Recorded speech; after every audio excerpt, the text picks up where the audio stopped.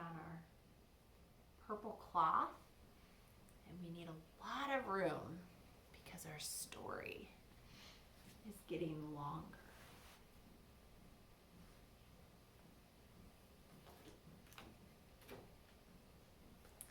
In the beginning, the baby was born. God chose Mary to be the mother of God. When the baby looked up into the face of the Mother Mary, he already saw the cross. And when he looked up into the face of Father Joseph, the cross was there as well. The Mother Mary and the Father Joseph held the baby close.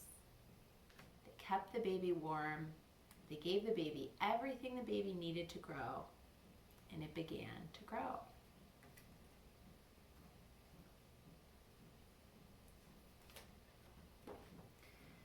When Jesus was 12 years old, he went with the Mother Mary and the Father Joseph to the great city of Jerusalem to celebrate one of the high holy days. When the celebration was over, they went out through the great high gate on the road back to Nazareth. Suddenly, Mary and Joseph noticed that Jesus wasn't there. They went back up to Jerusalem to look for him. They looked everywhere, and they finally found him in the temple with the rabbis. And Jesus said something strange. He said, "Didn't you know I would be in my Father's house?"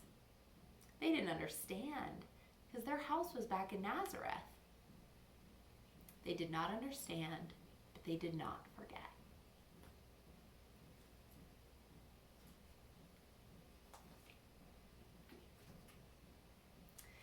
The boy grew and became a man. When Jesus was around 30 years old, he went down to the River Jordan where his cousin John the Baptist was baptizing people. John the Baptist baptized Jesus, and he went down into the dark and chaos of the water.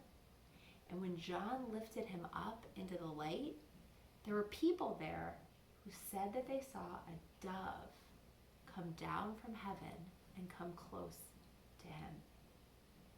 There were other people there who said they heard a voice say, "This is my beloved Son, with whom I am well pleased."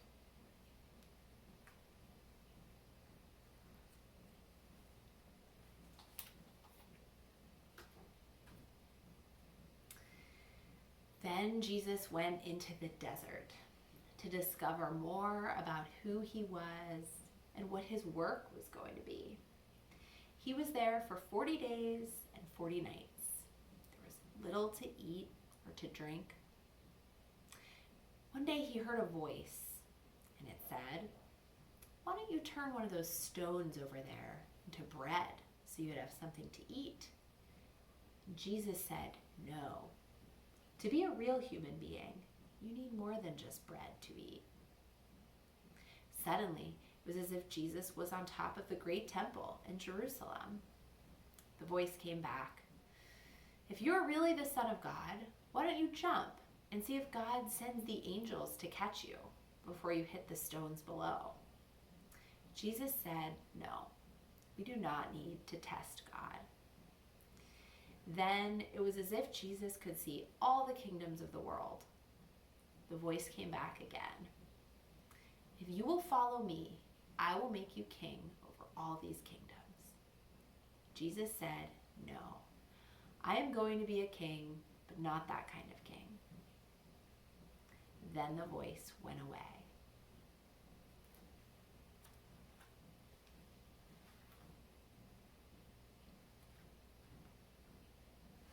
Jesus went back across the Jordan and began to do his work.